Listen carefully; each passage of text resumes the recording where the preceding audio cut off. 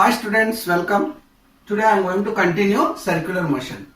In the last class, I explained what is linear acceleration and angular acceleration. So in the last class, I have already given definition of this and definition of this. There is no doubt there are two types of linear accelerations are there in the circular motion. One is tangential acceleration, one is centripetal acceleration. Okay? So, but angular acceleration is only one. Let us go for the relation between these two. If you consider a uniform circular motion, in uniform circular motion, angular acceleration is 0. Therefore, tangential acceleration also 0. In the last class, we already completed why it is. But centripetal acceleration will be there. If you go for non-uniform circular motion, angular acceleration is non-zero. So tangential acceleration also non-zero. But centripetal acceleration can exist in both cases. Okay? Clear? In the uniform circular motion, as there is no change in the angular velocity, the body will not get any angular acceleration. So tangential acceleration also 0. But in the non-uniform circular motion, angular velocity of the particle changes. That's why the body will get angular acceleration as well as tangential acceleration. So let us go for the relation between the A and alpha. So first I'll give you scalar relation. There are two types of relations are there. One is scalar relation. What is scalar relation? So if you consider a circular path in which a particle is moving from one point to another point, assume that its initial angular velocity is omega 1, after some time it is omega 2 in a given time t. Then angular acceleration is what? The rate of change of angular velocity is called angular acceleration. So change in the angular velocity in unit time is called angular acceleration. It is denoted by alpha. So now can you write this? Already you know one formula related to this. V is equal to R omega. Linear velocity is equal to R into angular velocity. So in the place of omega 2, I am writing V2 by R, because here you can write omega is nothing but V by R. So V2 by R minus V1 by R. If the body is changing angular velocity, definitely there is a change in the linear velocity along the different tangents. So divided by T. Now if you take the, this is R, this is also R. If you take the relation, you will get V2 minus V1 divided by R divided by T. Then if you rewrite this equation, it becomes V2 minus V1 divided by T into 1 by R. You can write like this. Then 1 by R you write as it is. V2 minus V1 by T is what? Change in the linear velocity divided by is called nothing but acceleration. So but this change in the velocity divided by time is nothing but tangential acceleration, because when a particle is moving in a circular path, if the velocity of the body along the tangent changes, in this tangent it is V1 velocity, in this tangent it is V2 velocity. So because of the change in the magnitude of the velocity, the body will get acceleration, because the magnitude of the velocity is changing along the tangent. That's why this linear acceleration is considered as tangential acceleration. Now you can write, therefore you can write angular acceleration is nothing but 1 by R by A into T. So you can write in another way also, AT is nothing but R into alpha.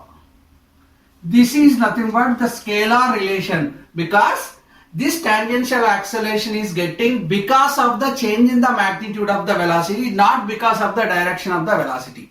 So, but centripetal acceleration we are getting because of the change in the direction. So in the vector product you will get it. But in this case, as it is a scalar relation, I am talking about only tangential acceleration is equal to R into alpha. I think it's clear for you. Now you go for vector relation. What is vector relation? We know already one equation, V equal to R omega, but I am writing in vector form. The linear velocity of a particle moving in a circular path is nothing but omega into R. So linear velocity is nothing but cross product of angular velocity and radius vector. So this, if you want to write in the scalar form only magnitude, you can write r omega. This is very simple. Now, if you write this v is equal to omega into r, and if you differentiate this equation both sides with respect to time, so dv by dt, so d by dt of omega into r. Observe this differentiation is the differentiation of product of two functions. Can you remember this u into v? Product of the differentiation of product of two functions. So this is u dv minus v du. So in this way I am writing like this. So here u is this. So you can write omega derivative of r plus r and differentiation of omega. So can you write this omega as it is, and differentiation of this r is dr by dt is nothing but what? Velocity. R is nothing but length. So differentiation of length with respect to time, you are getting velocity, plus r you write as it is, but this is d omega by dt. The rate of change of angular velocity is nothing but angular acceleration. So observe this. You are getting, after differentiation, your dv by dt means what? Alpha. Sorry, acceleration. Linear, the rate of change of linear velocity is nothing but linear acceleration. So if you see this equation carefully, there are two components. One component is omega into v, another component r into alpha. This is cross product of angular velocity and linear velocity. This is cross product of radius vector and angular acceleration. Let us go for each component explanation. Now if you take the first component, here if you observe this omega into v, if you see this omega into v carefully, in the circular motion if you observe it, the omega is always along the axis of the rotation. The particle is moving, but this is the axis of the rotation is always perpendicular to the plane of the circle, and this omega is acting into the board or out of the board depending on the clockwise or anti-clockwise direction. So omega is here, but linear velocity is always like this. For my convenience, I am taking the marker here. Here omega is acting along this marker, but v is acting in this direction. These two are perpendicular to each other. Then cross product of these two vectors, definitely cross product of these two vectors, the resultant vector must be perpendicular to v and perpendicular to omega. So definitely it must be centripetal acceleration. So that means there is only one acceleration which can exist, which is perpendicular to v. We can't take tangential acceleration because tangential acceleration can act along only v. That's why only centripetal acceleration can be perpendicular to omega. It can be perpendicular to v. That's why we can consider this as centripetal acceleration. You know already, in cross product of two vectors, if you take the cross product of two vectors, the resultant vector definitely perpendicular to the plane made by these two vectors. So v and omega is making this plane. Then centripetal acceleration is perpendicular to this. That's why it can be written as AC is equal to omega into r. But if you observe this, omega and v both are perpendicular to each other. Then AC, if you want to write the magnitude of this cross product of any two vectors, is magnitude of their product of their magnitudes and sine of the angle between them. Then omega into v into sine 90, because I already said omega and v are perpendicular to each other. So this becomes sine 90. Sine 90 is what? 1. So it becomes omega v into 1. Therefore you can write centripetal acceleration is nothing but omega into v. Okay. I hope it's clear for you. Now can you write this v in another form? Omega you write as it is. V can be written as r into omega, because you know linear velocity is equal to radius into angular velocity. So it becomes r omega square.